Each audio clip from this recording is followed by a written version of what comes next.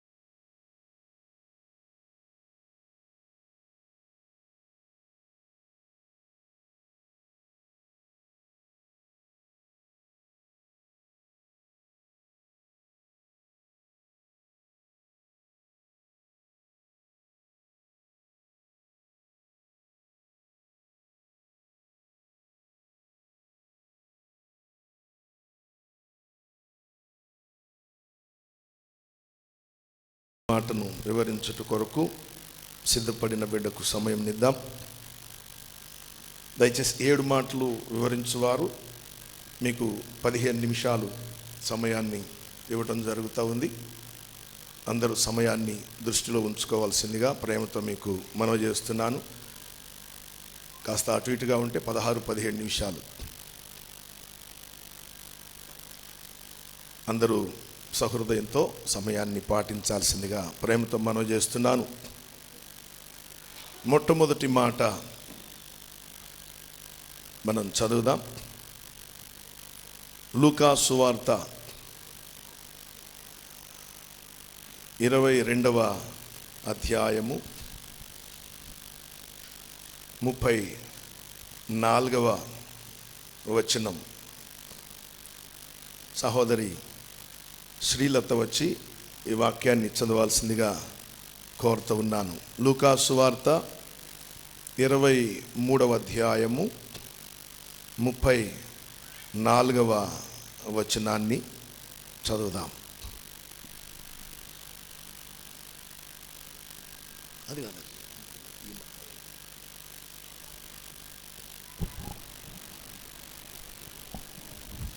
Praise the lord. లూకా సువార్త 23:34 వచనం చదువుకుందాం. యేసు, తండ్రి, వీరేమి చేయుచున్నారో వీరు ఎరుగరు గనుక వీరిని క్షమించమని చెప్పను. వారు ఆయన వస్త్రము వల్ల పంచుకొనుటై చీట్లు వేసిరి. దేవుడి వాక్యమును దీవించును గాక. ప్రార్థన చేసుకుందాం. ఈ మొదటి మాట కొరకు ప్రార్థన చేస్తారు. సహోదరి రీనా వచ్చి ఈ మాట వివరించు బిడ్డకు దేవుడు తన ఆత్మశక్తిని ఇచ్చినట్టుగా ప్రార్థన చేస్తారు. ప్రార్థన చేద్దాం.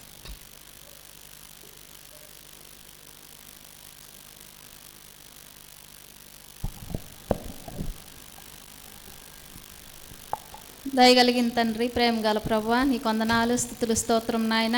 ఈ మహా శుక్రవారం దినాన, అయ్యా మంచి శుక్రవారం దినాన ప్రభువా మమ్మల్ని అందరినీ నాయన నీ సన్నిధిలో చేర్చి ప్రభువా నా తండ్రి, అయ్యా మీరు సిలువపై పలికిన 7 మాటలను అయ్యా ధ్యానించడానికి మీరు మాకు ఇచ్చిన ఈ కృపకై వందనాలు, స్తుతులు, స్తోత్రం యేసయ్యా.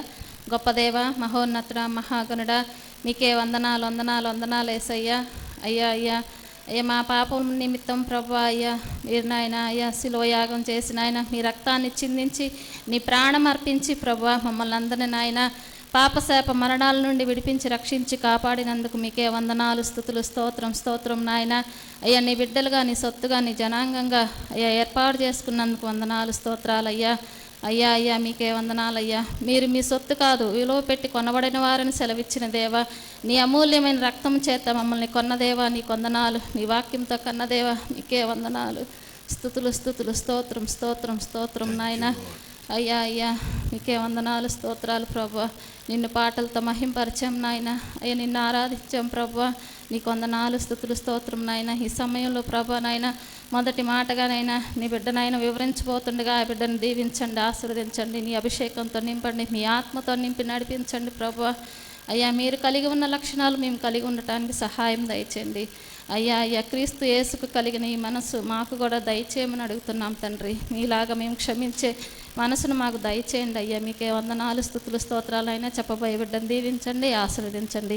ఈ ప్రార్థన కూడిక అంతట్లో నాయన అయ్యా మొదటి నుండి చివరి వరకు మీరు తోడుగా ఉండి నడిపించి ఘనత, మహిమ, ప్రభావములు మీరు పొందుకోమని ఈ కొద్ది ప్రార్థన యేసయ్య అతి శ్రేష్టమైన నామంలో అడిగి వేడుకొని ప్రార్థన చేయుచున్నాను తండ్రి, ఆమేన్.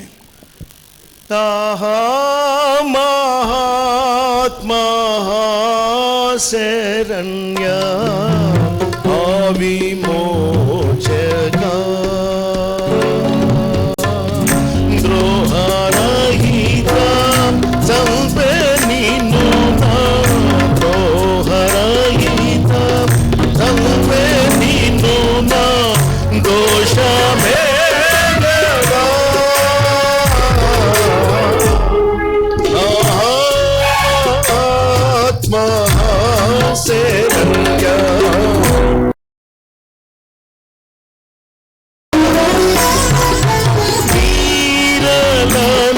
క్షమించు తండ్రి,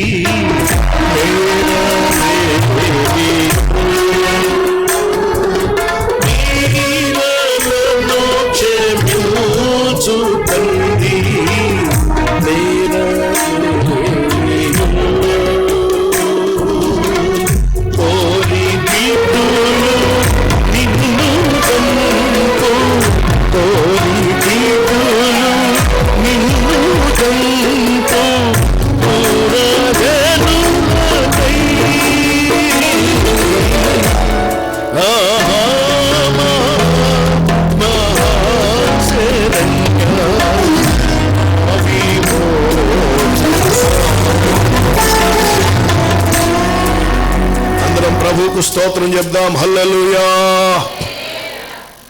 మొట్టమొదటి మాట మనం విందాం.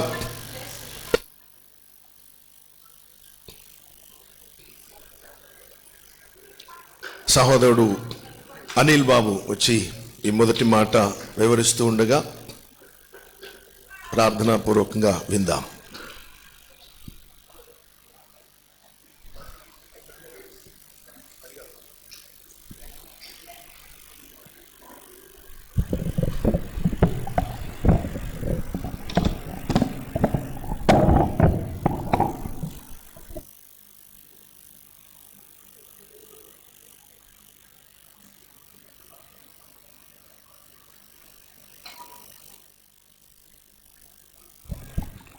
మొట్టమొదటిగా దేవాతి దేవునికి కృతజ్ఞతలు.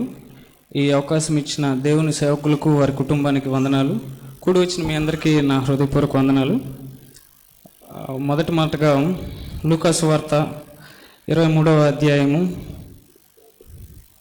34వ వచనం ఒకసారి మనం చదువుదాం. మళ్ళీ నేను చదువుతాను. యేసు, తండ్రి, వీరేమి చేయుచున్నారో వీరు ఎరుగురు గనుక వీరిని క్షమించమని చెప్పెను. యేసు ప్రభు పలికిన 7 మాటలు ఇది మొట్టమొదటి మాట అనే విషయం మనందరికీ తెలుసు. దీని గురించి ఒకసారి ఆలోచిస్తే దీంట్లో నాకు ఒక 3 విషయాలు కనపడ్డాయి. దాంట్లో ఫస్ట్ది, దేవుడు తండ్రి, యేసు ప్రభు తండ్రి అనే ఈ పదాన్ని స్టార్ట్ చేశాడు. అంటే దేవునికి కుమారుడైన యేసుక్రీస్తుకి మధ్య ఉన్న వ్యక్తిగత సంబంధం అనే విషయం మనం తెలుసుకోవచ్చు. రెండోది ఏంటంటే, వీరేం చేయుచున్నారో వీరు ఎరుగురు గనక వీరిని క్షమించండి అని అంటున్నాడు. అంటే క్షమాపణ. యాక్చువల్గా forgiveness is a God's attribute అని చెప్పుకోవచ్చు మనం. అంటే మనుషుల్ని క్షమించుట అనేది దేవుని యొక్క లక్షణం అనే విషయాన్ని తెలుసుకోవచ్చు. మూడో విషయానికి వస్తే, ఆయన చాలా ఇబ్బందులు పడ్డాడు. చాలా చాలా కష్టమైన పరిస్థితిలో ఉన్నప్పటికీ కూడా ఆయన ప్రార్థన చేస్తున్నాడు. అంటే మనం ఎటువంటి పరిస్థితుల్లో ఉన్నా కూడా మనం ప్రార్థన చేయాలి అనే ఒక మాదిరిని మనకి ఇక్కడ తెలియజేస్తూ ఉన్నాడు. ఈ 3 విషయాలు చెప్పుకోవడానికి మనకి టైం లేదు, కానీ నేను రెండో మాటని కొంచెం హైలైట్ చేసి మాట్లాడతాను. ఫస్ట్ది, వీరేం చేయుచున్నారో వీరు ఎరుగురు గనుక వీరిని క్షమించండి అని అంటున్నాడు. దాంట్లో ఒకసారి మత్తయి సువార్త దగ్గరికి మనం వస్తే, మత్తయి సువార్త 9వ అధ్యాయము 6వ వచనం, అక్కడ కాంటెక్స్ట్ ఒకసారి నేను చెప్తాను. పక్షవాయువు గల ఒక వ్యక్తి ఉన్నాడు. అతడు యేసుప్రభువు ఆ ఊరిలో ఉన్నాడని తెలుసుకొని తనకు తెలిసిన కొంతమంది ఫ్రెండ్స్ అతన్ని మంచంలో తీసుకొని వచ్చారు, నడవలేడు కాబట్టి. అక్కడ చాలా ఇబ్బందిగా ఉంది, ఆ ఇంట్లో చాలామంది జనాలు ఉన్నారు. సో లోపలికి వెళ్ళడానికి అవకాశం లేని పరిస్థితుల్లో వాళ్ళ ఇంటి పైకి ఎక్కి ఆ పెంకుటిల్లు తీసేసి అతన్ని తాళ్ళతో కిందకి దింపినట్లుగా మనం చూస్తున్నాం. జనరల్గా అక్కడ ఉంది పక్షవాయు గల వ్యక్తి. అంటే ఆయనకి ఏ అవసరం ఉండొచ్చు అని మీరు అనుకుంటున్నారు? పక్షవాయు గల వ్యక్తి యేసుప్రభు దగ్గరికి వచ్చాడు. What is his need? అతని యొక్క అవసరత ఏమై ఉండొచ్చు? డబ్బులు ఏమైనా కావాలనుకుంటాడా? వద్దు. బంగారం ఏమైనా కావాలనుకుంటాడా? అది కూడా అవసరం లేదు ఆయనకి. ఏం కావాలి ఆయనకనంటే, సో ఆబ్వియస్లీ ఆయన పక్షవాయుతో బాధపడుతున్నాడు కాబట్టి ఆ హీలింగ్ కావాలని కోరుకుంటాడు. సో అదే మనసు కలిగి ఆయన దగ్గరికి వచ్చాడు. కానీ యేసుప్రభు అక్కడ ఒక మాట పలుకుతున్నాడు. దాని గురించి ఒకసారి మనం ఆలోచించాలి. ఏమంటున్నారు అక్కడ?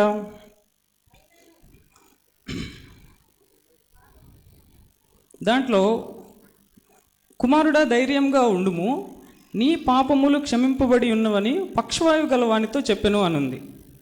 ఈయన వచ్చిందేమో ఒక అవసరత కోసం, కానీ దేవుడు అంటున్నాడు అక్కడ, యువర్ సిన్స్ ఆర్ ఫర్గివెన్ అని అంటున్నాడు. అతను కోరుకున్న అవసరత ఒకటైతే మనిషికి కావాల్సిన అవసరత వేరేది అని దేవుడు అక్కడ చెప్తూనే ఉన్నాడు. ఒక తత్వవేత్త ఈ విధంగా అంటాడు, if our greatest need had been technology, the God would have come down to this world as a scientist. మానవుని యొక్క అవసరత ఒకవేళ టెక్నాలజీ అయితే ఆయన ఒక శాస్త్రవేత్తగా ఈ భూలోకానికి వచ్చి ఉండేవాడు అని చెప్తున్నాడు. If our greatest need had been money, the God would have come down to this world as a economist. ఒకవేళ మానవుని యొక్క అవసరత డబ్బే అయితే ఆయన ఒక ఆర్థికవేత్తగానో ఈ భూలోకానికి వచ్చి ఉండేవాడు. If our greatest need had been pleasure, the God would have come down to this world as an entertainer. ఒకవేళ మానవుని యొక్క అవసరత వినోదమే అయితే వినోదాన్ని పంచిపెట్టే వినోదకర్తగానే దేవుడు ఈ భూలోకానికి వచ్చి ఉండేవాడు. కానీ what is the human need? మానవుని యొక్క అవసరత ఏంటి అని అంటే, since our greatest need is salvation, since our greatest need is forgiveness, that's why he came down to this world as a saviour. మానవుని యొక్క అవసరత పక్షవాయువు నుండి బయటికి రావాలనో, లేకపోతే డబ్బులు ఎక్కువ సంపాదించుకోవాలనో, ఆస్తులు కూడబెట్టుకోవాలని ఏం కాదు. మానవుని యొక్క పాపములు క్షమించబడాలి. That's the God's intention. అందుకనే నువ్వు పక్షవాయు గల వ్యక్తివి కదా, సో నీ పాపాలు క్షమింపబడి అనే మాట అనకుండా ఆయన వచ్చాడు, పాపం వారి విశ్వాసాన్ని చూసి వారిని పంపించేసి ఉండొచ్చు. కానీ ఆయన ఏం చెప్తున్నాడంటే, యువర్ సిన్స్ ఆర్ ఫర్గివెన్ అంటున్నాడు. నీ పాపములు క్షమింపబడి ఉన్నవి అని చెప్తున్నాడు అనమాట. సో దేవుడు మనిషి యొక్క అవసరత ఏమంటున్నాడు అనంటే, మన పాపములు క్షమించబడాలి అని లేఖనాలు చెప్తూ ఉన్నాయి. పాప క్షమాపణ ఎలా జరుగుతుందండి? మామూలుగా ఒక మనిషి పాపంలో నుండి బయటికి రావాలంటే, ఇతర మత గ్రంథాలు కానివ్వండి, మన బైబిల్ కానివ్వండి, అదే చెప్తుంది. Without shedding of blood there is no forgiveness అన్నాడు. అంటే రక్తం చిందింపకుండా పాప క్షమాపణ లేదు. సో ఒక మనిషి తన పాపం నుండి బయటికి రావాలంటే రక్తం చిందింపబడి ఉండాలి. ఆ రక్తం ఎవరిదై ఉండాలి? నోరు లేని జంతువులది, గొర్రెలది, మేకలదై ఉండాలంటే కానే కాదు. సర్వపాప పరిహారం రక్త ప్రోక్షణం అవశ్యం, తద్రక్తం పరమాత్మైన పుణ్యదాన బలియాగం అని శ్లోకాలు చెప్తున్నాయి. అంటే మానవుని యొక్క పాపం నుండి బయటికి రావాలంటే ఒక పరిశుద్ధిని రక్తం చిందింపబడి ఉండాలి. ఆ రక్తం ఎలా ఉండాలంటే మచ్చలేనిదిగా, కళంకం లేనిదిగా, ఏ డాగు లేనిదిగా ఉండాలి. ఆ రక్తమందు ఎవరైతే విశ్వసిస్తారో, ఆ రక్తమందు ఎవరైతే ఆశ్రయిస్తారో వాళ్ళకి మాత్రమే పాప క్షమాపణ కలుగుతుంది అనే విషయాన్ని మనం తెలుసుకోవాలి. నేను చెప్పాలనుకున్న విషయం ఏంటంటే, ఒక మనిషి తన పాపంలో నుండి బయటికి రావాలంటే అతడు పరిశుద్ధుని యొక్క రక్తం మందు విశ్వాసం ఉంచితే తన పాపములు క్షమించబడతాయి. పాప క్షమాపణ అనే విషయం గురించి నేను మాట్లాడుతున్నాను. ఈ లోకంలో యేసుక్రీస్తు ప్రభు తప్ప ఇంకా పాపము లేని వ్యక్తి ఎవరైనా ఉన్నారు అని అంటే ఆయన ఆ మాట చెప్పకనే చెప్పాడు. ఈ ప్రపంచంలో చాలామంది భూలోకానికి వచ్చి కొన్ని మంచి పనులు చేసి వెళ్ళిపోయారు. కానీ ఏ ఒక్కరు కూడా నాలో పాపం ఉందని కానీ మీలో ఎవరైనా నిరూపించగలరా? Can anyone prove that the sin in me? నాలో పాపం ఉందని ఎవరైనా నిరూపించగలరా?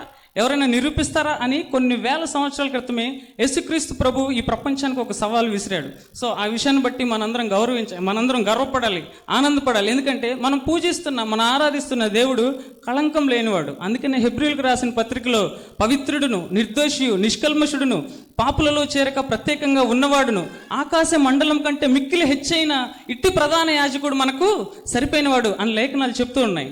సో మన పాపాలు క్షమింపబడాలి అని యేసుక్రీస్తు రక్తమందు మనం విశ్వాసం ఉంచాలని చెప్తున్నారు. స్కార్జింగ్ అనే పదం మీకు తెలిసే ఉంటుంది. యాక్చువల్గా ఈ సిలువ ధ్యానాల గురించి మనం మాట్లాడుకుంటుంటే, ఈ సిలువ వేయడం అనేది ఫస్ట్ ఫినీషియన్లు అనే వాళ్ళు ప్రవేశపెట్టారు. అంటే రాజ్యంలో ఎవరైనా తప్పు చేస్తే ఈ అందరి ముందు ఇలా వాళ్ళని బాధ పెడితే ఇంకొకళ్ళు పాపం చేయకుండా తమ జీవితాన్ని మార్చుకుంటారు అనే ఉద్దేశంతో ఈ క్రూసిఫికేషన్ అనేది తీసుకొని వచ్చారు. తర్వాత రోమా సామ్రాజ్యం 1400 సంవత్సరాలు ఈ ప్రపంచాన్ని గడగల్లాడించిన రోమా సముద్రం దాన్ని బహు భయంకరంగా దాన్ని ఇంప్లిమెంట్ చేయడం జరిగిందనమాట. సో అక్కడ 1400 సంవత్సరాలు ఇంప్లిమెంట్ చేయడం అనేది జరిగింది. సో ఈ క్రూసిఫికేషన్ అనేది రోమన్ ఎంపైర్లు తీసుకుని వచ్చారు. అయితే తప్పు చేసిన వాళ్ళని జనరల్గా సిలువ మీద వేస్తారు. మరి యేసుప్రభు ఏ తప్పు చేశాడని ఆయన సిలువ వేశారు? మీరు చూడొచ్చు, పక్కనున్న ఇద్దరు దొంగలు గెట్సెస్, డిస్మస్ కూడా వాళ్ళ చేతులకి కాళ్ళకి జనరల్గా కాళ్ళకి తాళ్ళతో కట్టుంటాయి. కానీ యేసుప్రభు చేతులకి ఏం కొట్టారండి? మేకులు కొట్టారు. కాళ్ళలో ఏమున్నాయి? మేకులు కొట్టారు. తలపై ఏమున్నాయి? ములకిరీటం ఉంది. ఆయనకి అన్యాయపు తీర్పు తీర్చినవాడిగా మనం చూస్తున్నాం. మనము యెషయా 53వ అధ్యాయం ఒకసారి మనం చూస్తే అక్కడ చాలా విషయాలు మనం ఒకసారి చూడొచ్చు. లేత మొక్కవలెను, ఎండిన భూమిలో మొలిచిన మొక్కవలెను అతడు ఆయన ఎదుట పెరిగెను. ఆయన సురూపమైనను సొగసైనను లేక అతడు తృణీకరింపబడిన వాడని ఆయన. మన దోషములను బట్టి ఆయన నలగొట్టబడ్డాడు, మన అతిక్రమ క్రియలను బట్టి ఆయన గాయపరచబడ్డాడు. మన సమానార్థమైన శిక్ష అతని మీద పడింది, అతను పొందిన దెబ్బల చేత మనకు స్వస్థత కలుగుతున్నది. ఇవన్నీ దేవుడు ఎందుకు చేశాడు అనంటే, దేవుడు మనిషిని ఎంతో ప్రేమిస్తున్నాడు. తన రూపంలో చేసుకున్న మనిషి ఆదిపిత్రుడైన ఆదాము దేవుని ఆజ్ఞని అతిక్రమించి పాపం చేయడం వల్ల దేవుని యొక్క స్వరూపాన్ని పోగొట్టేసుకున్నాడు. అందుకని దేవునికి బాధ కలిగి, నా స్వరూపంలో చేయబడిన ఈ ప్రజలందరూ నాకు దూరంగా పాపానికి దగ్గరగా ఉన్నారు. సో అందుకనే మానవుడు చేస్తున్న పాపాలకి పాప క్షమాపణ ఇవ్వాలి అని ఆయనే, సృష్టికర్త అయిన దేవుడే ఈ భూలోకానికి నరావతారంగా దిగిరావడం జరిగింది.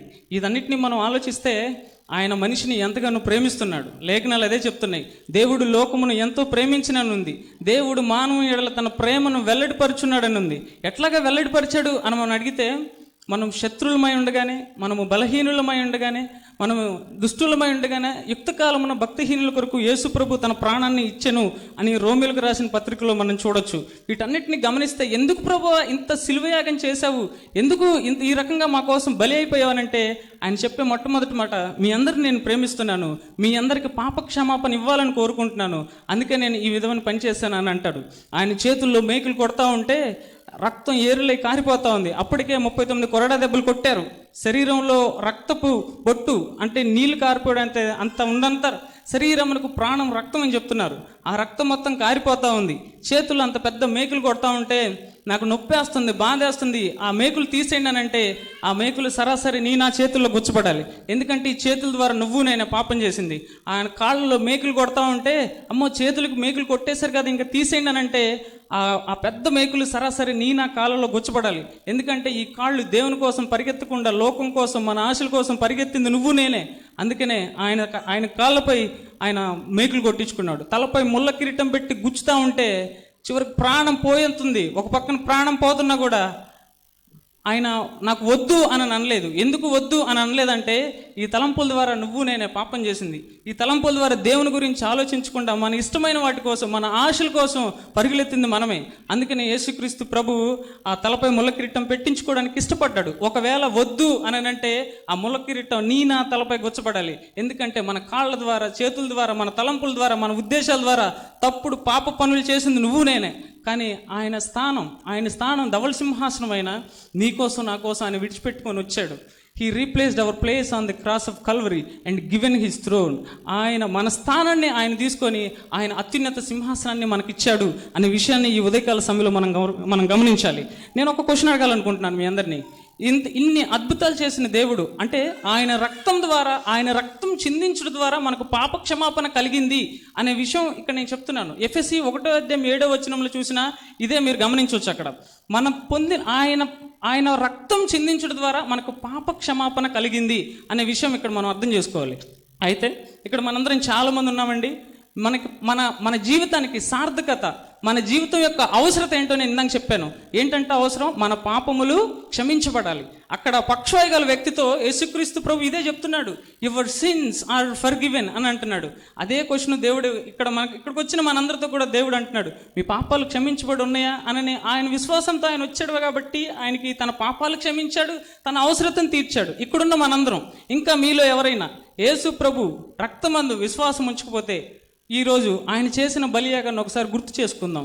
ఆయన ఇంతగా బాధపడింది, ఇబ్బంది పడింది నీకోసం నా కోసం అనే విషయాన్ని గమనించాలి. ఆయన నిన్ను ఎంతగానో ప్రేమిస్తున్నాడు. ఈ భూలోకంలో, ఈ ప్రపంచంలో ఏ ఒక్కరూ ప్రేమించలేని విధంగా యేసుక్రీస్తు ప్రభువు నిన్ను ప్రేమిస్తున్నాడు, నిన్ను ఇష్టపడుతున్నాడు. నువ్వు లోక ప్రేమల కోసం ఉరకొద్దు. Jesus loves you so much, can anyone ever love you in the world. ఈ ప్రపంచంలో ఏ ఒక్కరూ ప్రేమించలేని విధంగా ఆయన నిన్ను నన్ను మనల్ని ప్రేమిస్తున్నాడు. ఒకసారి ఆలోచిద్దామా, మన జీవితం ఎలా ఉంది? మన పాపములు యేసుక్రీస్తు రక్తంలో కడగబడి ఉన్నాయా అని ఒకసారి ఆలోచిస్తే అది బాగుంటుందేమో నేను అనుకుంటున్నాను. నేను సెకండ్ పాయింట్ దగ్గరికి వస్తున్నాను. అదే మత్తయి సువార్త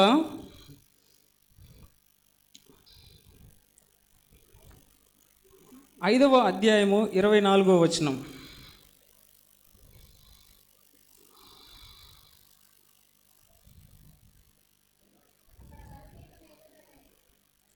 సారీ, ఐ మిస్టేక్, నేను తప్పు చెప్పాను.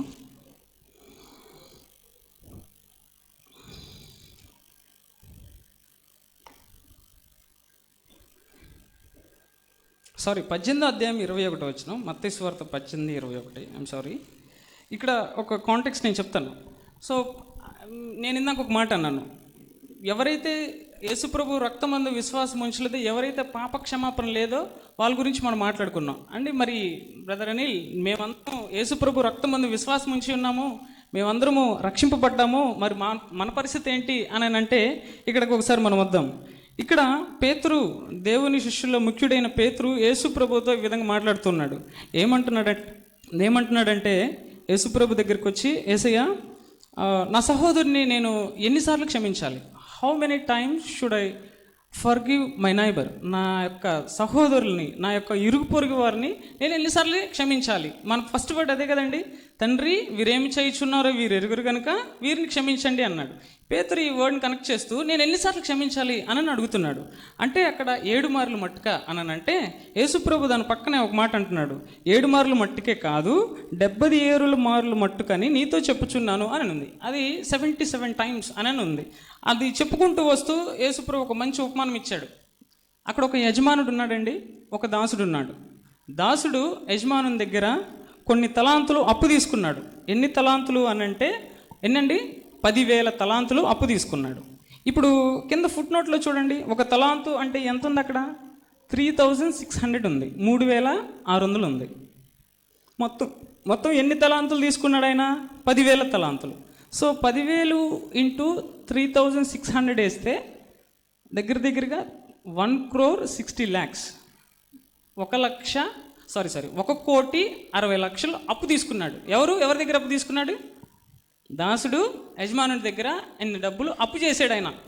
చేస్తే యజమానుడికి అవసరం ఉండి పిలిపిస్తే, నాకు సంబంధం లేదు, మీ ఇంట్లో పిల్లల్ని, మీ భార్య, నీకున్న వస్తువులన్నింటినీ అమ్మేసి నా డబ్బులు నాకు కట్టేసాయి అని గొంతు మీద కూర్చున్నాడు. ఆ సమయానికి ఈ దాసుడు ఏమంటున్నాడంటే, అయ్యా ఐఎమ్ సారీ, నాకు కొంచెం టైం ఇవ్వండి, మీ అప్పును మొత్తం నేను తీర్చేస్తాను, కొంచెం టైం ఇవ్వండి అని అడుగుతున్నాడు. అడుగుతుంటే ఆయనకి జాలేసిన యజమానుడికి అక్కడ ఒక మాట మీరు నేను చదువుతాను 27లో, ఆ దాసుని యజమానుడు అతని మీద ఏం పడి కనికరపడి వానిని విడిచిపెట్టి వాని అప్పు క్షమించెను అని ఉంది. ఏం పదం అండి? వాడి అప్పు క్షమించెను. ఆ పదం వినంగానే ఆ దాసుడు చాలా సంతోషపడ్డాడు. అంటే తక్కువ అమౌంట్ ఏం కాదు కదండి, చాలా డబ్బు ఉంది. సో ఈయన హ్యాపీగా నవ్వుకుంటూ బయటకు వచ్చేసరికి రోడ్డు మీద వెళ్తూ ఉంటుంటే ఇతని దగ్గర అప్పు తీసుకుని ఇంకో 3rd పర్సన్ కనపడ్డాడు. ఆయనకి ఈ ఫస్ట్ దాసుడు రెండో దాసునికి ఎంత డబ్బులు ఇచ్చాడు అని అంటే అక్కడ బయటకు వెళ్ళి 100 దేనారములు అచ్చి ఉన్న తన తోడి దాసులలో ఒకరిని చూచి, ఎంతండి?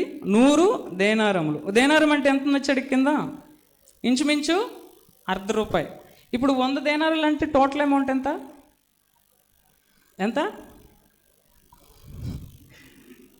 50 రూపాయలే కదా, 50 రూపీస్. ఈయన అప్పు ఉంది ఎంత? 1,60,00,000. ఇతను ఏం చేయాలి? జనరల్గా ఏం చేయాలి? సరే నా యజమానుడు ఇంత అప్పు చేస్తే పాపం నన్ను కనికరపడి క్షమించేశాడు, వదిలేద్దాంలే అని అనుకోవాలి కదా. వాడి దగ్గరికి వెళ్ళి ఏం చేస్తున్నాడు చూడండి. ఒకరిని చూచి వాడు ఏం చేస్తున్నాడు? వాడు గొంతు పట్టుకుంటున్నాడు. ఎరా డబ్బులు నా దగ్గర 100 దేనారాలు తీసుకున్నావు, ఎప్పుడు ఇస్తావు నువ్వు? వాడి మీద మ్యాన్ హ్యాండ్లింగ్ చేస్తున్నాడు. దీంట్లో ఎంతవరకు న్యాయం ఉందా? 3వ వ్యక్తి చూసి యజమానుడికి వెళ్ళి చెప్పాడు, సార్ ఇదిగోండి, మీరేమో ఇంత అప్పు చేస్తే వాడిని వదిలేస్తే వీడికి కనీసం ఒక 50 రూపీసే ఇవ్వాలి. 100 దేనారాలు ఇస్తే వాడి మీద వీడు గొంతు పట్టుకొని చెరసల్లో వేయించాడు, వీడి సంగతి చూడండి అని అంటే, అప్పుడు చివరిలో ఇదంతా అయిపోయిన తర్వాత చెప్పాలనుకున్న మాట ఒకటి వస్తుంది. మీలో ప్రతి వాడును తన సహోదరుని హృదయపూర్వకంగా క్షమింపని ఎడల నా పరలోకపు తండ్రియు ఆ ప్రకారమే మీ ఎడల చేయును. అంటే ఏం అర్థం చేసుకోవాలి ఈ కాంటెక్స్ట్ ఉండానంటే, సృష్టికర్త అయిన దేవుడు మన పాపాలను క్షమించాడు కనుక, సో దేవుడు ఎలాగైతే మన పాపాలను క్షమించాడో మనం కూడా మన ఎడల ఎవరైనా ఇబ్బంది పరిచినట్లయితే, మనల్ని ఎవరైనా ఇంటెన్షనల్గా కానీ ఉద్దేశపూర్వకంగా కానీ లేకపోతే యాక్సిడెంటల్గా కానీ ఎవరైనా మనల్ని బాధ పెడితే వాళ్ళ మీద మనం ఏం చేయాలి? పెత్తనం చేయాలి. అంతేనండి? కాదు, ఏం చేయాలి? వాళ్ళని క్షమించాలి అని దేవుడు చెప్తున్నాడు.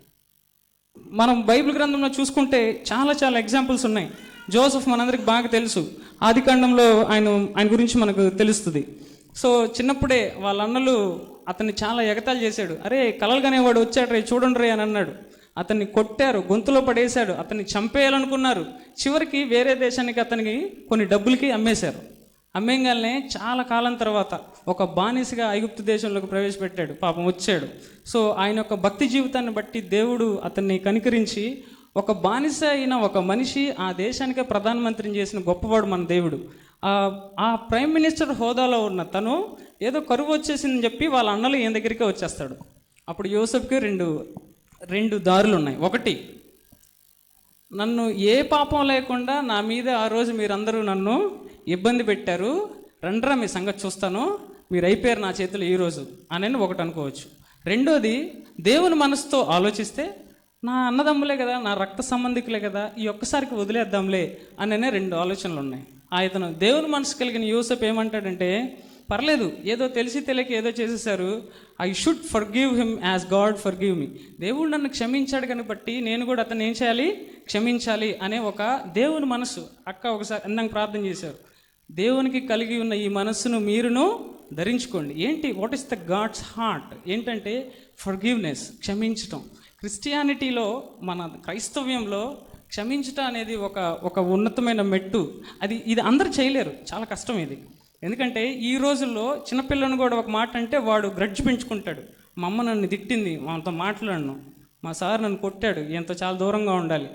ఎవరన్నా చర్చిలో ఎవరన్నా పాస్టర్ గారు ఏదన్నా అన్నా కూడా నన్నే ఇంటెన్షనల్గా అంటున్నారు అని ఈ విధంగా మనసులో గ్రడ్జ్ పెట్టుకొని ఉండేవాళ్ళే తప్పితే, లేదు పర్లేదు దేవుని మనసు కలిగి క్షమించేద్దాము అనే ఆలోచన ఎవరికి ఉండట్లేదు. మనందరికీ తెలిసిన విషయమే. లాస్ట్ మాట ఒక మాట చెప్పి నేను క్లోజ్ చేస్తాను. ప్రవీణ్ పగడాల పాస్టర్ గారు మనందరికీ తెలుసు, రాజమండ్రిలో చనిపోయారు. ఎలా చనిపోయారో మనందరికీ తెలుసు. హైదరాబాద్కి తీసుకుని వచ్చారు, వారు చర్చిలో పెట్టి అందరు సేవకులందరూ మాట్లాడుతూ ఉన్నారు. జెసికా పగడాల అంటే ఆ పాస్టర్ గారు వాళ్ళ వైఫ్ పాస్టర్ గారు వచ్చారు. తను ఒక స్పెక్టాక్యులర్ ఒక వర్డ్ ఇస్తారు. ఏంటంటే అది, pastor Praveen Pagadala is not a man who takes revenge, he uses to forgive all the members and we are all here to forgive everybody అని అంటారు. అంటే ఏంటంటే, నా భర్త, చనిపోయిన భర్త ఇతరుల మీద కక్ష సాధింపు చేసే వ్యక్తి కాదు, రివెంజ్ ప్రతీకారం తీసుకునే వ్యక్తి కాదు. ఆయన అందరినీ క్షమిస్తాడు. అలాగే ఇక్కడున్న మేమందరం కూడా ఇది ఎవరైతే చేశారో వాళ్ళందరినీ మేము క్షమిస్తాము అని చెప్పిన గొప్ప మహానుభావురాలు. నేను చెప్పాలని ఆమె ఒక మంచి భక్తిపర్రాలు అని నేను అనుకుంటున్నాను. ఆ పదం ఎంతమందికి వస్తుందండి? మనకు ఒక చిన్న మాట అంటేనే పడలేము. మన ఇంట్లో వాళ్ళనే కొన్నిసార్లు మనం క్షమించలేని దుర్భర స్థితుల్లో మనం ఉన్నాం. మన ఇంటి పక్కన వాళ్ళతో మనం సరిగ్గా మాట్లాడుకోలేము, ఇంటి పైన ఉన్న వాళ్ళతో సరిగ్గా మాట్లాడుకోలేము. ఈవెన్ చర్చిలో ఉన్న మనందరం కూడా గ్రూప్స్ ఇవన్నీ ఉంటాయి. వాళ్ళతో నేను మాట్లాడకూడదు, వీళ్ళతో నేను మాట్లాడకూడదు, ఇవన్నీ మనసులో పెట్టుకొని దేవుని దగ్గరికి మనం వచ్చి ఏదన్నా చేసినా, God never accept your offerings, your praise and your worship. నువ్వు ఏది చేసినా సరే దేవుడు మనల్ని యాక్సెప్ట్ చేయడు. దానికి నువ్వు ఎట్టా చెప్తావనంటే, నేను దానికి మీకు ఒక ఎగ్జాంపుల్ చెప్తాను. ఒకసారి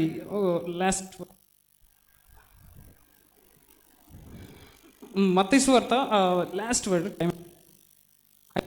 టైము చాప్టర్ 5 అండ్ వర్డ్స్ 24, 24వ వచనంలో అక్కడ ఒక మాట, మంచి మాట ఉంది. అక్కడ బలిపీఠము ఎదుటనే నీ అర్పణను విడిచిపెట్టి మొదట వెళ్ళి నీ సహోదరునితో సమాధాన పడుము, అటు తర్వాత వచ్చి నీ అర్పణను అర్పించుము. 23వ వచనంలో, నీవు బలిపీఠం వద్ద అర్పణను అర్పిస్తుండగా నీ మీద నీ సహోదరునికి విరోధం ఏమైనా కలదని అక్కడ నీకు జ్ఞాపకం వస్తే, మనందరం వచ్చాం ఇక్కడికి దేవుణ్ణి ఆరాధించడానికి, దేవుని స్తుతించడానికి, దేవుని పనులు చేయడానికి. సో మన బ్రెయిన్లో ఏదన్నా మనకు తెలియజేస్తే, దేవుడు పలానోళ్ళ మీద నాకు కోపం ఉంది, ఎంత గ్రడ్జ్ ఉంటుందంటే, 2023వ సంవత్సరం మే 11వ తారీఖు ఉదయం 10:30:23 ఆమె నన్ను తిట్టింది. నేను ఆమెతో మాట్లాడినా, ఇంకంతే, chapter close. I don't want to speak with her అని ఇలాగ ఆలోచించే వాళ్ళు చాలామంది ఉన్నారు. ఇక్కడ చెప్తున్న దేవుడు అదే చెప్తున్నాడు. ఏమని చెప్తున్నాడు? మీకు దేవుని సన్నిధికి వస్తున్నప్పుడు మీలో ఎవరి మీదైనా కోపం ఉంటే ఏం చేయాలంట? మీరు ఏం అవసరం లేదు, మీరు పనులు ఏమో చేయొద్దు అంటున్నారు. అంటే చేయొద్దు అనేది కాదండి నా ఇంటెన్షన్, చేయాలి. మీరు కాకపోతే ఇంకెవరు చేస్తారు? మనమే చేయాలి. కాకపోతే దానికంటే ముందు ఒక పని చేయాలని చెప్తున్నాడు. ఏంటంటే ఆ పని, వాళ్ళతో వెళ్ళి ఫస్ట్ సమాధానం పడు, హ్యావ్ పీస్ విత్ దెమ్. వాళ్ళతో ఫస్ట్ చక్కగా ఉండి తర్వాత ఈ పనులు చేయండి, ఐ విల్ బి హ్యాపీ. దేవుడు అదే చెప్తున్నాడు అనమాట. సో క్షమాపణ, నేను మళ్ళీ చెప్తున్నాను, క్షమాపణ అనేది అది అందరూ చేయగలిగింది అయితే కాదు. సో ఎవరైతే సర్వసత్యంలో, స్టెఫెన్ గారు అదే అంటారు, రాళ్లతో కొడితే అక్కడ ఆత్మతో నిండుకొని వాడే ఈ పాపము వారి మీద మోయకమని దేవునికి ప్రార్థన చేసాను అని అంటాడు. సౌలు అతని చావునకు సమ్మతించను అని ఉండిద్ది. సో ఆ ప్రార్థన, ఆ క్షమాపణ ప్రార్థనే సౌలు అనే ఒక యవ్వనస్తుడు, ఒక దేవుని సంఘం అంటే ఇష్టం లేని ఒక వ్యక్తి చివరికి ఏమైపోయాడండి? సౌలు కాస్త పౌలుగా మారిపోయి, సో ఈ ప్రపంచం ఈ అనేక ఖండాలు దాటి దేవుని యొక్క సువార్తను విరివిగా ప్రకటన చేశాడు. దానికి కారణం నేను అనుకుంటాను ఆ రోజు స్టెఫెన్ చేసిన ప్రార్థనే అని నేను చెప్పగలను. ఈ ఉదయకాల సమయంలో దేవుని సన్నిధికి వచ్చిన మనందరము ఒకసారి ఆలోచించేద్దాం. Do you have forgiveness? మనకి పాప క్షమాపణ ఉందా? మనందరం ప్రభువా నా కోసం ఇంత ప్రాణత్యాగం చేసావు. ప్యారలైజ్డ్ పర్సన్ ఏ విధంగా అయితే దేవుని సన్నిధికి వచ్చి అడుక్కున్నాడో ఆ విధంగా మనందరం అడుగుదాం. పాప క్షమాపణ నాకు ఇవ్వండి అని అడుగుదాం. నీ పాపాలు క్షమించబడతాయి. పాపములు క్షమింపబడి నువ్వు నేను మనందరం ఏం చేయాలనంటే క్రీస్తు యేసున కలిగిన ఈ మనస్సును ధరించుకోవాలి. ఏ మనస్సు అంటే ఏ మనసు అంటే కుళ్ళుతో కూడుకున్న మనసు కాదు. అది స్వార్థంతో, కక్షతో, కార్పణ్యంతో, కుట్రతో ఈ మనసు కాదు ఆయన్ని ప్రేమించే మనసు, క్షమాగుణం కలిగిన మనసు. అటువంటి మనసు నీకు నాకు మనందరికీ దేవుడు దయచేయను గాక. ఆమేన్. మంచిది. దేవునికి మహిమ కలుగును గాక. అందరం ఒకసారి ప్రభుకు స్తోత్రం చెప్దాం. హల్లెలూయా. ఈ మొదటి మాటను చక్కగా వివరించిన ప్రియ సోదరుడు అనిల్ బాబుకు ప్రత్యేకంగా ప్రభు పేర అభినందనలు తెలియజేస్తూ ఉన్నాను. నేరుగా మనము రెండవ వాక్య భాగంలోనికి వెళదాం. ప్రప్రథమముగా లేఖనమును పఠిద్దాం. లూకా సువార్త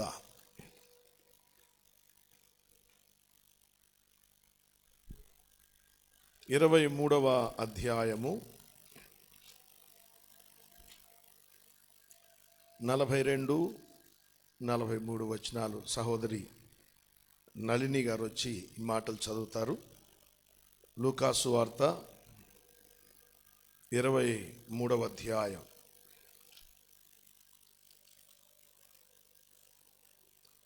42,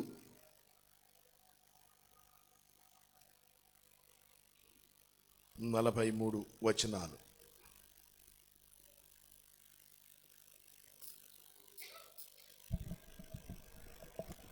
హల్లెలూయా, హల్లెలూయా. లూకా సువార్త 23, 42, 43 వచనాలు. ఆయనను చూచి యేసు, నీవు ఈ రాజ్యంలోనికి వచ్చినప్పుడు నన్ను జ్ఞాపకము చేసుకోమనను. అందుకు ఆయన వానితో, నేడు నీవు నాకు కూడా పరదేశంలో ఉందివని నిశ్చయముగా నీతో చెప్పుచున్నాను నేను. దేవుడి వాక్య భాగం మన వెనుకల్లో దీవించునుగాక. ప్రార్థన చేద్దాం. మన మధ్యలో ఉన్న సహోదరి సామ్రాజ్యం గారు వచ్చి మనను ప్రార్థనలో నడిపిస్తారు. అనంతరం రెండవ మాట మనము విందాం. ప్రార్థన చేద్దాం. స్తోత్రం. హల్లెలూయా.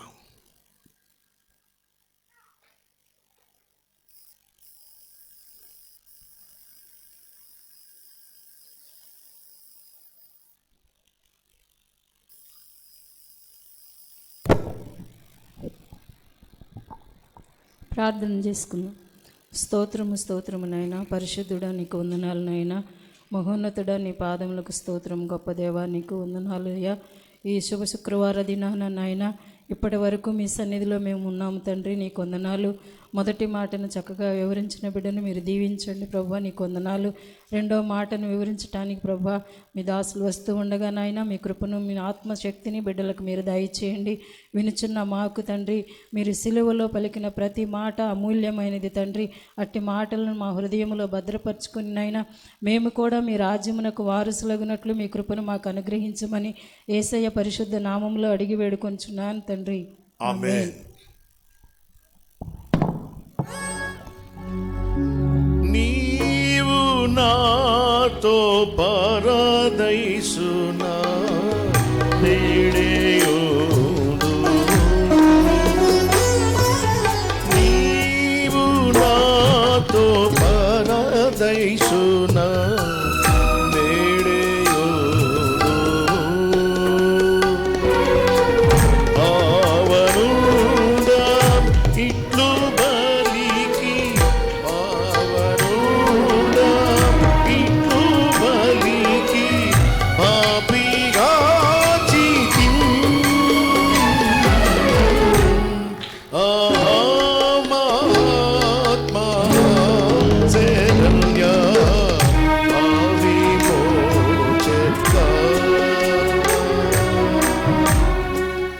రెండవ మాట సోదరులు అజరయ్య గారు వచ్చి ఈ రెండవ మాట వివరించాల్సిందిగా వారిని ఆహ్వానిస్తున్నాం. అందరం ప్రార్థనాపూర్వకంగా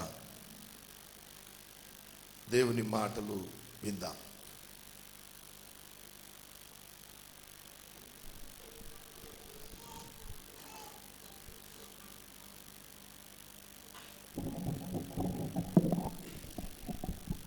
ప్రార్థించుకుందాం. దయామయుడా ప్రభువా యేసయ్య, మీ పాదాలకు వందనాలు నాయన. ఇదిగో నాయన, నీ వాక్యాన్ని ధ్యానించడానికి ప్రభువా సిద్ధపడగా ప్రభువా శక్తి చాలని నన్ను మీ కృపలో జ్ఞాపకం చేసుకుందని యేసయ్య పరిశుద్ధ నామాన్ని బట్టి అడిగి వేడుకొని ప్రార్థిస్తున్నాం తండ్రి. Amen amen. రెండవ మాట, సిలువ సన్నివేశాన్ని చూస్తే గనక మనం సిలువలో యేసయ్య వేలాడుతున్నప్పుడు యేసయ్య ప్రక్కన కుడివైపున ఒక దొంగ, ఎడమవైపున ఒక దొంగ ఉన్నారు. ఆ సందర్భంలో కుడివైపున్న దొంగకేమో డెస్మాస్ అనే పేరు, ఎడమవైపు జస్టాస్ అనే దొంగ అని ఉన్నారని చెప్పేసి నాకు సహోదరుడు కూడా చెప్పాడు. అయితే ఈ డెస్మాస్ అనేటువంటి దొంగ తోటి ఈ మాట చెప్పాడు యేసయ్య, కుడివైపున ఉన్నటువంటి దొంగతోటి. ఈ డెస్మాస్ అనే పదానికి అర్థం ఏంటంటే అస్తమించుచున్న సూర్యుడిని తదేకంగా వీక్షించువాడు అని అర్థం అట. డెస్మాస్ అనేటువంటి ఈ దొంగ, ఈ వాక్యము సిస్టర్ చదివారు. ఈ సన్నివేశం అంతా కూడా పరిశుద్ధుడైన లూకా రాసిన సువార్త 23వ అధ్యాయం 39వ వచనం నుంచి 43వ వచనం వరకు ఉంటుంది. అక్కడ ఈ సిస్టర్ చదివినటువంటి భాగంలో, అందుకాయన వానితో, నేడు నీవు నాతో కూడా పరదైసులో ఉండు అని నిశ్చయముగా నీతో చెప్పుచున్నాను నేను. అందుకు ఆయన అన్నాడు. ఎందుకు అని అంటే, దానికి ముందు వచనాల్లో ఈ కుడివైపున ఉన్నటువంటి దొంగ యేసయ్యను వేడుకుంటున్నాడు. ఇందులో సిలువ మీద యేసయ్య మాట్లాడినటువంటి ఈ 7 మాటలను గురించి మాట్లాడిన విధంగా ఈ కుడి చేతి వైపు ఉన్నటువంటి దొంగ కూడా తన పర్సెప్షన్స్ అనేనంటే హృదయంలో ఉన్నటువంటి ఆలోచనల్ని 7 విధాలుగా నేను విభజించుకున్నాను దేవుడు నాకు ఇచ్చినటువంటి కృపను బట్టి. మొదటిది ఏంటంటే, కుడివైపు దొంగ వేరొక దొంగతోటి ఏమని చెప్తున్నాడు అంటే, అతనిని గద్దించెను. ఫస్ట్ మాట, హీ హ్యాస్ రెబ్యూక్డ్ హిమ్. అంటే దేవుని గూర్చి లేకపోతే యేసయ్యను గూర్చి మాట్లాడుతున్నటువంటి చెడ్డ మాటలు మాట్లాడుతున్న వ్యక్తిని గద్దించెను. రెండోది ఏంటంటే, నీవు నేను ఇదే శిక్షా విధిలో ఉన్నాము. రెండోది అతను చేసినటువంటిది, both of us are in the same situation. మూడోది ఏంటి అని అంటే, నీవు దేవునికి భయపడవా? Are you not afraid of the Lord? అది మూడోది అతనిలో నుంచి వచ్చినటువంటి. నాలుగోది, మనకైతే ఇది న్యాయము, we are indeed receiving our deeds. మనం చేసిన దానికి మనం అనుభవిస్తూ ఉన్నాం కాబట్టి ఇతను నాలుగోది అది. ఐదోది ఏం చేశాడంటే, మనము చేసిన వాటికి ఫలమును పొందుచున్నాము. మనం చేసిన వాటికి మనం ఫలం పొందు. ఇవన్నీ తన గురించి, దొంగల గురించి చెప్పాడుకున్న అతను. ఆరోది ఇతను ఏమంటాడంటే, ఈయన ఏ తప్పిదమును చేయలేదు. He did not do anything wrong. ఈయన, ఈ మనుష్యుడు అంటే యేసయ్యని, తనతో పాటు శిక్ష అనుభవిస్తున్నటువంటి వ్యక్తిని ఏమంటున్నాడు? ఈయన ఏ తప్పిదము చేయలేదు. చివరికి వచ్చేసరికి ఏడోది, అప్పుడు ఇతను మాట్లాడాడు. ఆఫ్టర్ ఆల్ దీస్ థింగ్స్, యేసు, నీవు నీ రాజ్యములోనికి వచ్చినప్పుడు నన్ను జ్ఞాపకం చేసుకొనుము అని అంటున్నాడు. అయితే ఇందులో నేను ఎప్పుడు ఇది ధ్యానం చేస్తున్నప్పుడు నాకు ఎప్పుడు ఒక చిన్న సన్నివేశం గుర్తొస్తుంది.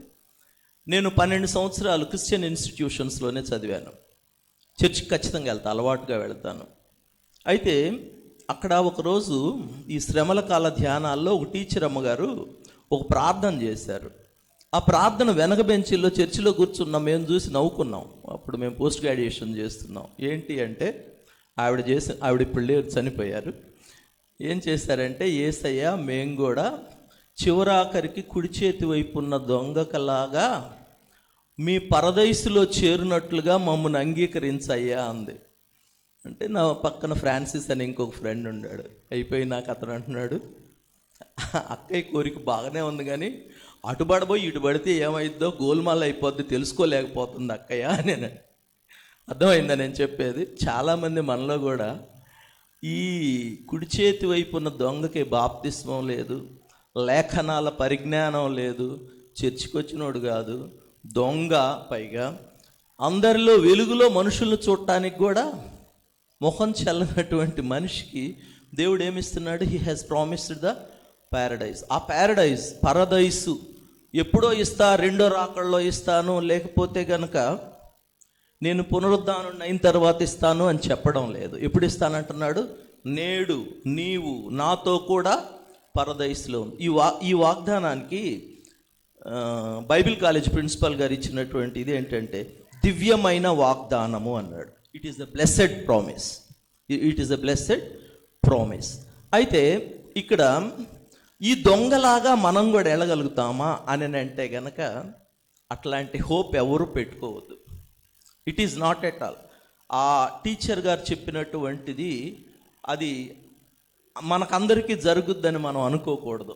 ఎందుకు అని అంటే కనుక ఇతనికి he is having sound knowledge about the theology, దేవుని రాజ్యం. ఇందాక ఈ చదివితున్నప్పుడు నీవు నీ రాజ్యముతో వచ్చున్నప్పుడు నన్ను అంటే he is well informed about the Kingdom of the lord.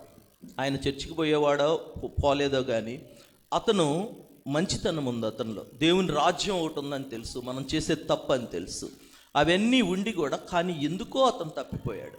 అందుకనే యేసయ్య, నేను అంతకుముందే ఇర్మియా 7వ అధ్యాయంలో కూడా చెప్తా ఉంటాడు, మరలా అదే ఇర్మియా చెప్పిన 7వ అధ్యాయంలో చెప్పినటువంటి మాటలనే యేసయ్య కూడా ఈ యెరూషలేము దేవాలయాన్ని శుద్ధి చేసేటప్పుడు చెప్తా ఉంటాడు. నా తండ్రి ఇంటిని మీరు దొంగల గుహగా మార్చారు, ఎ డెన్ ఆఫ్ థీవ్స్.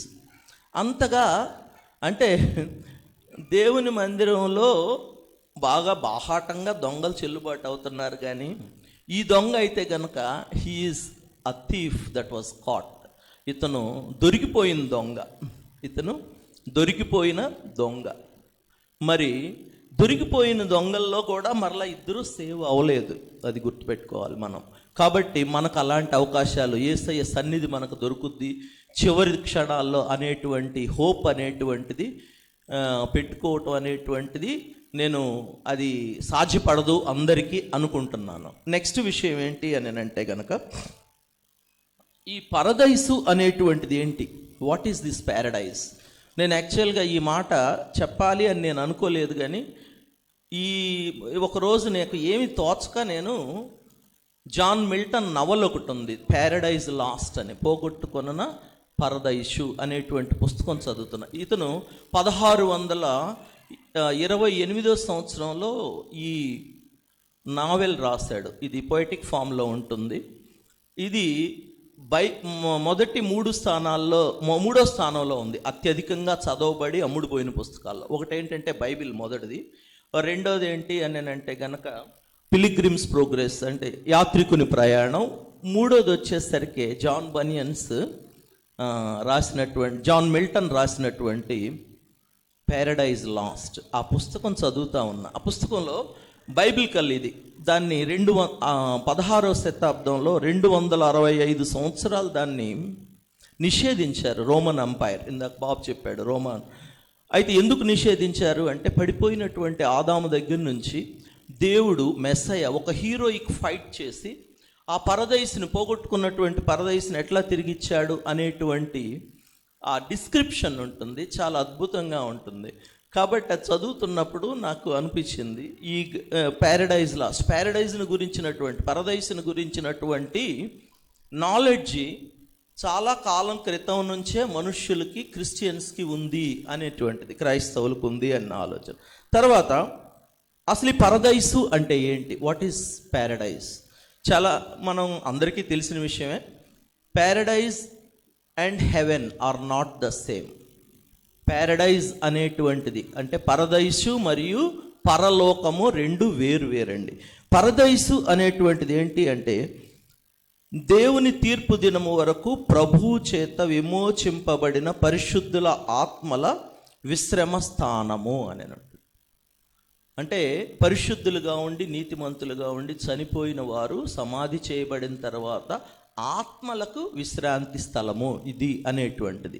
పరదైసుని గురించినటువంటి ప్రస్తావన యేసయ్య ఇక్కడ చెప్తా ఉంటాడు. తర్వాత మనందరికీ తెలుసు, ప్రకటన గ్రంథం 2వ అధ్యాయము 7వ వచనం 2వ భాగంలో ఉంటుంది. మేమని జయించిన వారికి నేను పరదైసులో నుండి జీవవృక్ష ఫలమును తినని భుజింపనిచ్చేదను అని ఉంటుంది. అక్కడ ఒక్కచోట కనపడతా ఉంటుంది పరదైసుని గురించిన ప్రస్తావన.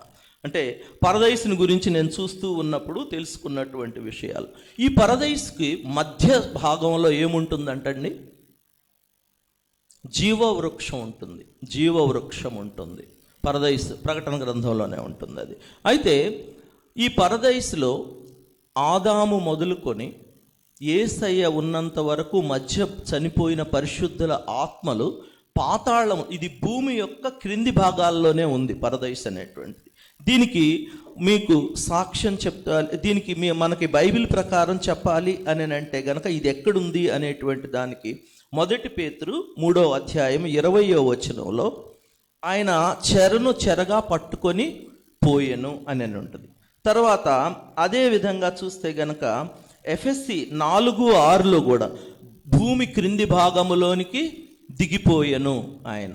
అంటే నేను క్రిస్టియన్ ఇన్స్టిట్యూషన్స్లో చదువుతున్నాను అని చెప్పాను కదా, అక్కడ రోజు కొన్ని అంటే ఆరాధన అప్పుడు అన్నీ కూడా కొన్ని బైహార్ట్ చేయిస్తూ ఉంటారు. అపోస్తుల విశ్వాస ప్రమాణం, భూమి ఆకాశములను సూచిన సర్వశక్తిగల తండ్రి దేవుని నేను నమ్ముతున్నాను, ఇట్లా మొదలవుతుంది.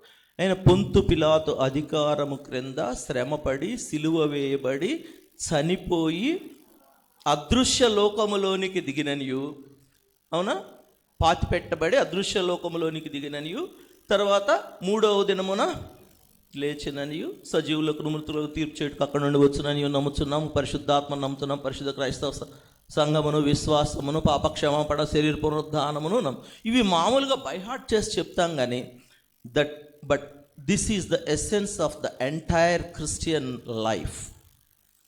ఇది క్రైస్తవ జీవితం యొక్క టోటల్ సినాప్సిస్ ఇచ్చినట్లు అనుకుంటా నేనైతే ఇందులో. అప్పుడు మాకు అర్థమయ్యేది కాదు కానీ, అవునా, అదృశ్య లోకములోనికి దిగిననియు అని ఉంటుంది. అవునా, ఆ అదృశ్య లోకము అంటే పరదైసు. ఆ పరదైసులోకి ఆయన ఎందుకు దిగాడు అని అంటే గనక అదృశ్య లోకములోనికి ఆయన దిగిను అని ఉంటుంది.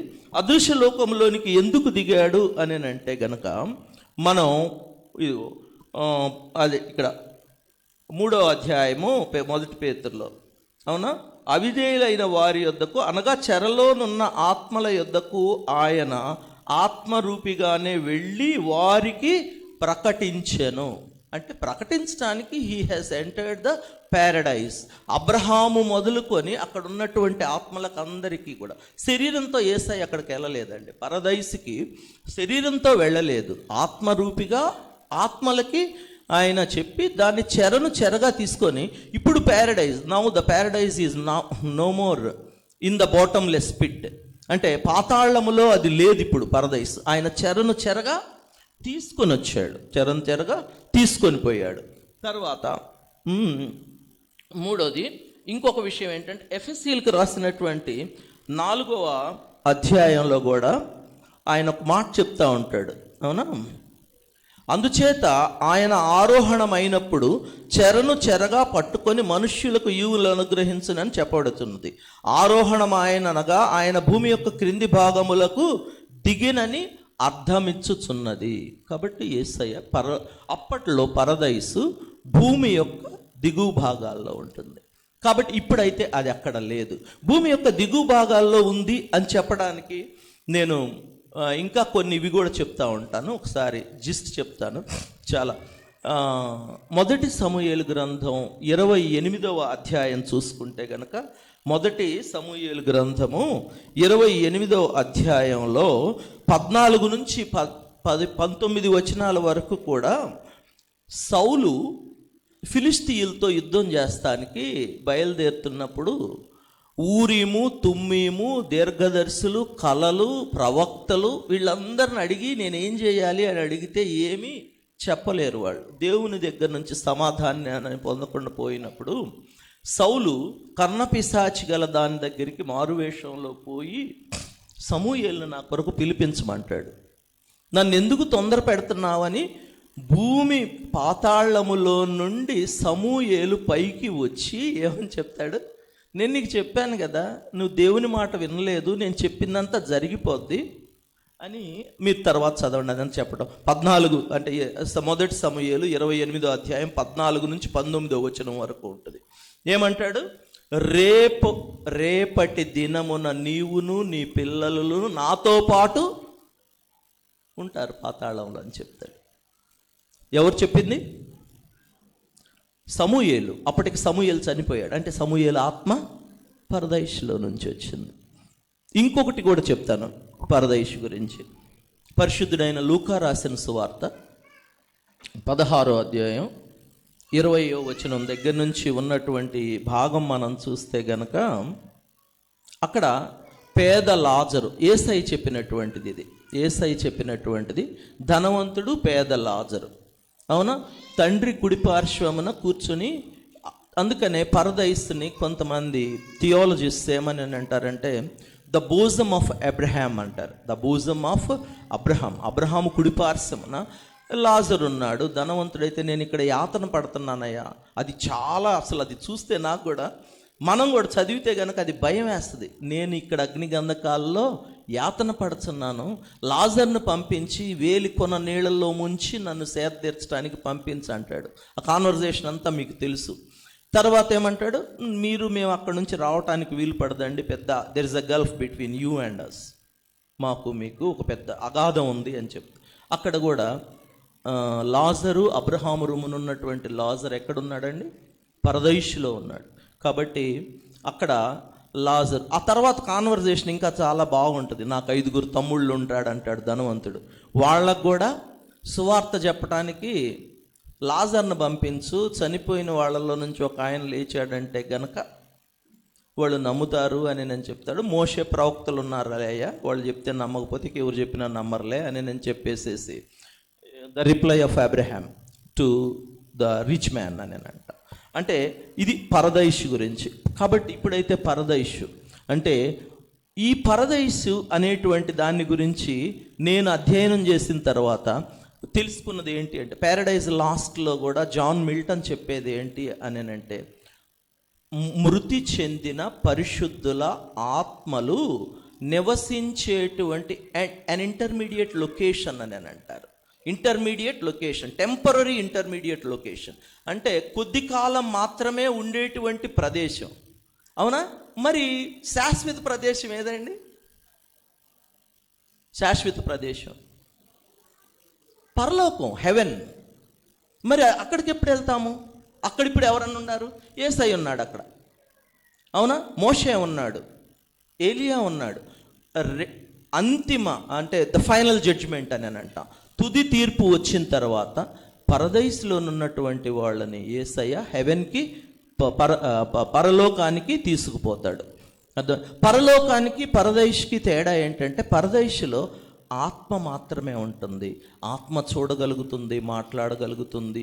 It has more and more bodily perceptions, more and more bodily perceptions. అంటే శరీరానికి ఉన్నటువంటి వివేచన అది ఆత్మకు అక్కడ ఉంటుంది. ఎక్కడుంటుంది? పరదైష్లో ఉంటుంది. కానీ మరి పరలోకానికి పరదైష్కి తేడా ఏంటి? పరదైష్లో జీవవృక్ష ఫలం ఉంటుంది. పరలోకములో దేవుడు ఉంటాడు. తండ్రి అయిన దేవుడిని కుడిపార్శ్వమున, కుమారుడు కుడిపార్శ్వమున ఆసీనుడై ఉండటం చూస్తాం. శరీరంతో వెళతాం మనం కూడా పరలోకానికి. ఫైనల్ జడ్జిమెంట్ తర్వాత మనం వెళ్ళేటువంటి అప్పుడు ఆత్మ, దేహము, శరీరము, ప్రాణంతో అక్కడికి వెళ్ళిపోతుంది. ఎక్కడికండి? హెవెన్కి. నేను చెప్పింది ఒకవేళ పొరపాటు ఏమన్నా ఉంటే పాస్టర్ గారు ఉన్నారనుకుంటాను, తర్వాత సరి చేయండి. ఇది నాకున్నటువంటి, నేను తెలుసుకున్నటువంటిది ఇది, పరలోకము, పరదైషు. కాబట్టి do not wait for your time of death, అవునా, for repentance. Don't try to repent in the 11th hour. You may die at 10:30 అని ఉంటుంది, అవునా? 11 గంటలకి నేను మారు మనసు పొందొచ్చు, పశ్చాత్తాపం పొందొచ్చు, ప్రాయశ్చిత్తం చేసుకోవచ్చు అని మనం వెయిట్ చేయొద్దు. 10-10:30కు మనం వెళ్ళిపోతామేమో. అప్పుడు మన పరిస్థితి భయంకరంగా ఉంటుంది. అవునా? ఎడం వైపు దొంగలాగా ఉండకుండా మనము దొరికిపోయిన కుడివైపు దొంగలాగా ఉంటే మన పరిస్థితి బహుభయంకరంగా ఉంటుంది. ఇంకొక చిన్న విషయం చెప్పాను, టైం లేకపోతే అయిపోతే పాస్టర్ గారు చెప్పండి అయిపోయిందని. ఇంకో చిన్న విషయం ఏంటంటే, నన్ను జ్ఞాపకం చేసుకొనుము అంటాడు. Remember me in thy Kingdom, remember me in thy Kingdom. ఇక తెలుగులో అయితే యేసు నీవు నీ రాజ్యంతో వచ్చినప్పుడు నన్ను జ్ఞాపకం చేసుకొనుము అని ఉంది. కానీ ఇంగ్లీష్ బైబిల్లో అయితే కనుక స్టాండర్డ్ ఇంటర్నేషనల్ వెర్షన్లో ఏమని ఉంటుంది అని అంటే, Jesus remember me lord in thy Kingdom అని ఉంటుంది. యేసు ప్రభువా అని, లార్డ్ ఆ పదము మరి ఇక్కడ నాకు కనపడలేదు, అర్థమైంది అది. కాబట్టి ఆయన ప్రభు అని కూడా ఒప్పుకున్నాడు యేసుక్రీస్తుని. తర్వాత ఇట్లా నన్ను జ్ఞాపకం చేసుకోమని అడిగినటువంటి వాళ్ళు బైబిల్లో ఎక్కడన్నా కనపడతారా అని అంటే అసలు చాలామంది ఉన్నారండి బైబిల్లో. మనం చూస్తే కనుక న్యాయాధిపతుల్లో శాంసన్ అడుగుతాడు. శాంసన్ అంటే సంసోన్ అడుగుతాడు. ఏమని అడుగుతాడు? ఒక్కసారి దొరికిపోతాడు డెలీలాతోటి. ఆ దాగోన్ దేవత దేవాలయం గుళ్ళోకి తీసుకుపోయిన తర్వాత ఆయన హేళన చేస్తూ మాట్లాడుతున్నప్పుడు, దేవా నన్ను ఒక్కసారి జ్ఞాపకం చేసుకో, యెహోవా దేవా నన్ను ఒక్కసారి జ్ఞాపకం చేసుకో, ఒక్కసారి బలమే వీళ్ళందరినీ నిర్మూలన చేస్తా నాతో పాటు అని అంటాడు. అప్పుడు అతను ఈ 2 స్తంభాల మధ్యకి పోయి కట్టబడి విప్పినప్పుడు అది కూలిపోయి అందరూ సంసోన్తో సహా అందరూ చనిపోతాడు. అక్కడ ఒక మాట రాయబడి ఉంటుంది, ఏమని? తన బ్రతుకు కాలములో సంహరించినటువంటి ఫిలిస్తీయుల కంటే అతను చచ్చిపోయేటప్పుడే సంహరించిన వారిని ఎక్కువ మందిని చంపాడని ఉంటుంది. అట్లానే నన్ను జ్ఞాపకం చేసుకో, నన్ను హన్నా ప్రార్థన చేస్తూ ఉంటుంది. నన్ను జ్ఞాపకం చేసుకోమని హన్నా అడుగుతున్నప్పుడు ఏలి ఏమంటాడండి? యాజకుడైన ఏలి, తాగుబోద్దానిలాగా మాట్లాడుతున్నావు, ఇంకెంతసేపు ఉంటావు నువ్వు మత్తురాలువే. కానీ హర్ ప్రేయర్ వాజ్ ఆన్సర్డ్. జ్ఞాపకం చేసుకో. Samson's prayer to remember me O Lord అంటే అక్కడ అతని ప్రేయర్ ఆన్సర్ అయింది. తర్వాత నన్ను జ్ఞాపకం చేసుకోమని ఇది నెహెమ్యా గ్రంథంలో ఉంటుంది. నెహెమ్యా గ్రంథంలో 13వ అధ్యాయంలోనూ ఉంటుంది, 14వ అధ్యాయంలోనూ ఉంటుంది. ఏమని ఉంటుంది? నెహెమ్యా గ్రంథం చివరి భాగంలో ఉంటుంది. ఏమని? ప్రభువా దేవా మేలుకై నన్ను జ్ఞాపకం చేసుకో అని. నేను అప్పుడప్పుడు అనుకుంటా ఉంటాను, ఇంత మందిరాన్ని కట్టించాడు, he has faced the threat of death also, చంపేస్తాము అని నేను చెప్పేసి తాకీదులు పట్టుకొని వచ్చిన వాళ్ళకు కూడా ఎదురొట్టి నిలబడి దేవాలయాన్ని నిర్మించడంలో పూనుకున్నటువంటి నెహెమ్యా నన్ను జ్ఞాపకం చేసుకో అని అడుగుతున్నాడు. అట్లా చాలామంది జ్ఞాపకం చేసుకో అని అడిగారు. అడిగిన వాళ్ళందరూ కూడా they have received the answer for their prayers. వాళ్ళు ఫలం పొందారు ఖచ్చితంగా. ప్రభు ఇప్పుడు నేను my prayer for the lord is, మనందరినీ అయ్యా మేము ఇక్కడ సమూహంగా సంఘంగా కూడి ఉన్నాం, మమ్మల్ని జ్ఞాపకం చేసుకో. Remember us O Lord in thy kingdom. తర్వాత ఆత్మ గురించి ఇంకా చెప్పాలి అని అంటే కనుక ఒకసారి మీరు చూడండి, టైం అయిపోతుంది, చాలామందికి టైం ఇవ్వాలి. 3rd చాప్టర్ సెయింట్ జాన్ పరిశుద్ధుడైన యోహాన్ రాసినటువంటి సువార్త 3వ అధ్యాయంలో 3 నుంచి 5 వచనాల మధ్యలో ఉంటుంది. ఏమని? నికోదేము అక్కడికి వస్తే గనక పునరుద్ధానం మనుష్యుడు తిరిగి ఎట్ట పుట్టాలి అని అడుగుతున్నప్పుడు, ఆత్మ వలన పుట్టిన వాడు ఎట్లాగుంటాడంటే గాలి వీచి తన చోటు నెరుగని చోటుకి ఎట్లయితే వెళ్ళిపోతూ ఉంటుందో అట్లానే ఆత్మ వలన జీవించిన వాడు ఉంటాడు అని నేను చెప్తా ఉంటాడు. This is about the soul, ఆత్మ. మనం ఆత్మజీవులుగా ఉండాలి అనేటు. అయితే నేను కూడా చాలాసార్లు ఇక్కడ నుంచొని నేను పాఠం చాలా గంటలు చెప్తాను, అసలు క్లాస్కి పోతే రాను. ఇక్కడ నుంచి మాట్లాడాలి అంటే ఒక 10 నిమిషాలకి చాలా భయం వేస్తూ ఉంటుంది. అయితే ఎందుకు అనేనంటే గనక పరిశుద్ధరావు గారు చెప్పేది మహోన్నతుని విద్య, ఇది మహోన్నతుని విద్య. ప్రపంచంలో ఎక్కువ చదివే వాళ్ళు ఎవరు అని అంటే మాకు సైన్సెస్లో కానీ ఏదైనా కానీ ఎక్కడన్నా ఒక టాపిక్ ఉంది అంటే ఖచ్చితంగా దాన్ని చదువుకున్న వాళ్ళు మనం చెప్తాం. ప్రపంచంలో ఎక్కువ చదివేది డాక్టర్స్, తర్వాత లాయర్స్, తర్వాత టీచర్స్, వీళ్ళు ముగ్గురే. కానీ ఇంత చిన్న బైబిల్లో మనకు ఒక్కొక్కసారి ఏది దొరక్క నేను కూడా అడుగుతూ ఉంటాను, సార్ని అడుగుతుంటా, సార్ ఇది ఎక్కడ ఉంది కొద్దిగా చెప్పరా అని. అంటే వెతుక్కోవడానికి బద్ధకం వేస్తూ రెఫరెన్స్ బైబిల్ చూడలేకనో, కానీ సార్ అయితే కొంచెం దాన్ని ఎలాబొరేట్గా చెప్తాడు, సందర్భం వెనక ముందు ఉన్న దాన్ని బట్టి. అయితే ఎందుకు అంటే ఇది మహోన్నతుని విద్య, ఇది మహోన్నతుని విద్య. ఈ విద్య కాబట్టి దీన్ని మనం ధ్యానం చేస్తే తప్ప మనం తెలుసుకోలేం. అట్లానే జీవవృక్ష ఫలాన్ని గురించి ఆది కాండంలో ఉంటుంది, ఏదేను తోటలో, ఏదేను వనంలో. మరలా ఇక్కడ ఇందాక మనం చెప్పామే పరదైసులోనే ఇక్కడ కనపడతా ఉంటుంది. సో ఇవన్నీ దేవుడు మనల్ని ఆయన పరదైసులోకి చేర్చుకోవడానికి అంటిల్ ద సెకండ్ కమింగ్, ఆయన చెరగా తీసుకుపోయిన ప్రదేశం పరదైసులో మనం కూడా ముందుగా వెళితే గనక మధ్యాకాశంలో యేసయ్యను ఎదుర్కోవడానికి ఆయన మనకి తన కృపనిచ్చునుగాక. ఈ అవకాశం ఇచ్చిన పాస్టర్ గారికి, సంఘానికి వందనాలు తెలియజేస్తున్నాను. Thank you sir.